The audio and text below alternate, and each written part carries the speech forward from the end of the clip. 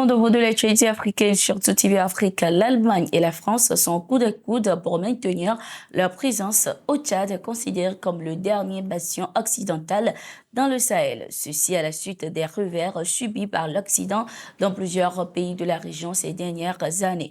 Après une période de tension durant laquelle la France a été accusée d'instiguer des conflits, l'Allemagne cherche de nouveau à normaliser ses relations avec le Tchad.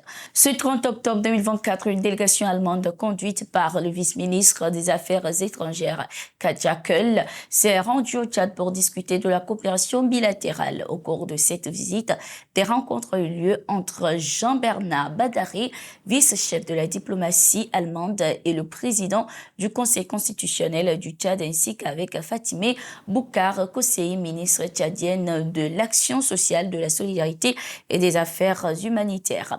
Les échanges ont porté sur des questions cruciales telles que la paix, la sécurité, la crise humanitaire et la situation des réfugiés soudanais.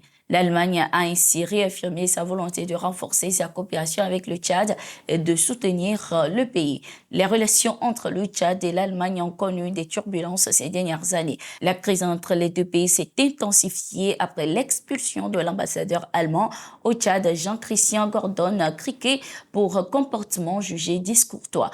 En retour, l'Allemagne a expulsé l'ambassadrice du Tchad, Mariam Ali Moussa, et suspendu son aide à destination du pays. Le ministère tchadien des Affaires étrangères a par la suite révélé que la France était impliquée dans cette affaire, cherchant ainsi à éliminer l'Allemagne perçue comme une concurrente. Les discussions visant à normaliser les relations entre la France et l'Allemagne ont finalement porté leurs fruits en août avec la nomination du docteur Gregor Schotten comme nouvel ambassadeur de l'Allemagne au Tchad.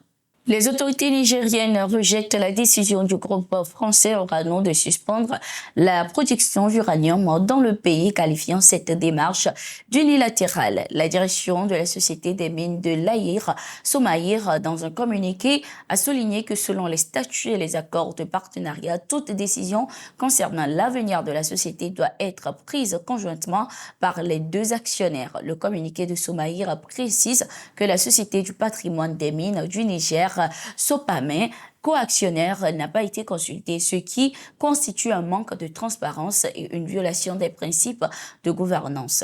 La direction de Somaïr a par la même occasion ajouté que toutes les mesures nécessaires étaient mises en place pour poursuivre les activités de la société. Le groupe Orano a annoncé il y a quelques jours la suspension de la production d'uranium. Il justifie sa décision par des difficultés financières et par la fermeture des frontières avec le Bénin, ce qui impacte négativement les exportations. Ce revirement fait suite à des tensions entre le gouvernement nigérien et la société française qui a vu son permis d'exploitation d'un des plus grands gisements au monde, celui d'Imourachen, annulé, les réserves étant estimées à 200 000 tonnes. Actuellement, Orano détient 64% de Somaïr, tandis que Sopamin en détient 36%. L'homosexualité est interdite au Mali. Le pays a adopté ce 1er novembre 2024 une loi sévère qui criminalise non seulement cette pratique, mais également son apologie. Selon le ministre de la Justice, Mamadou Kassogué, cette législation vise à protéger les valeurs morales et culturelles du pays face à des pratiques jugées étrangères.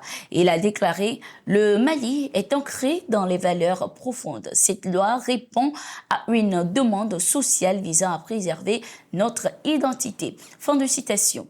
Les violations de cette loi seront passibles de sanctions sévères, bien que les détails sur les peines encourues ne soient pas encore précisés. D'autres pays africains comme l'Ouganda ont également adopté des lois similaires incitant à des réactions diverses à l'échelle mondiale. En Ouganda, les personnes reconnues coupables d'homosexualité pourraient encourir la peine de mort. Face aux pressions occidentales, le président ougandais Yoweri Museveni a maintenu sa position, rejetant les interventions extérieures dans les affaires africaines. Au Sénégal, le Premier ministre Ousmane Sonko a violemment critiqué la France à la suite de la publication d'un livre par une historienne française sur la Casamance intitulé « L'idée de la Casamance autonome possible et dette morale de la situation coloniale au Sénégal ». Sonko a vivement condamné ce livre et a affirmé que le pays n'avait pas à recevoir de leçons d'histoire de la part de la France. Selon lui, si la France souhaite fournir des archives, elle devrait dévoiler celles celles relatives aux exécutions sommaires et aux violences commises durant la colonisation. C'est ça qu'on attend de la France, qu'elle nous donne des archives de Tiaroy 44, massacre des tirailleurs sénégalais dans le camp de Tiaroy en décembre 1944, mais pas des archives sur une prétendue autonomie de la Casamance. Je veux dire à la France, je ne sais pas qu'est-ce qu'il y a derrière cette affaire, parce que la France avait témoigné à la fin des années 90 avec Jacques Charpy en clarifiant la question de l'appartenance totale et intégrante de la Casamance au Sénégal. Maintenant qu'il y a un régime, comme je l'ai toujours dit, qui n'est pas anti-français, qui est pro-sénégalais, simplement un régime qui dit « nous voulons notre souveraineté, nous n'accepterons plus d'être des valets de qui que ce soit, on nous sort un livre », a-t-il déclaré. La Casamance, région frontalière de la Gambie, possède un potentiel économique significatif.